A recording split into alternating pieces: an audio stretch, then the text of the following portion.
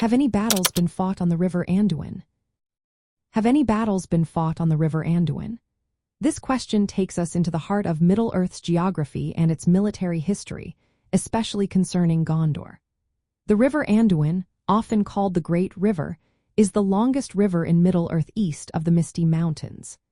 It flows from the northern mountains, winding through various lands before emptying into the Bay of Belfalas at the delta known as the River Anduin.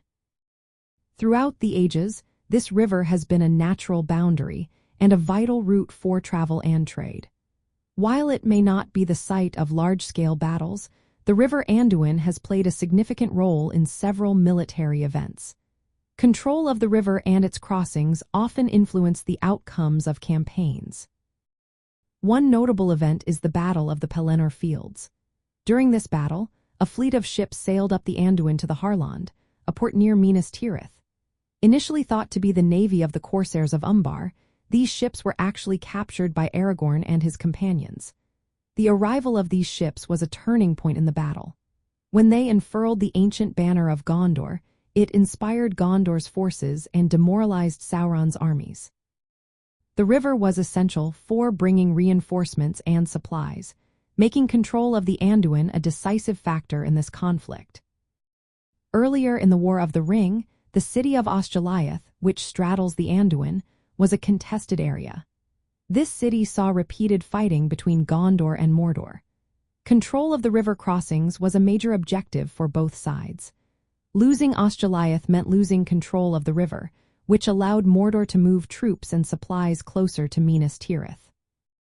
In the southern reaches of the Anduin, near the River Anduin, the river was also strategically important.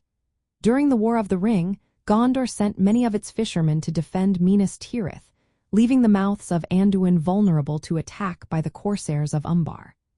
Aragorn and the Grey Company later liberated this area, restoring Gondor's control over the river's outlet to the sea.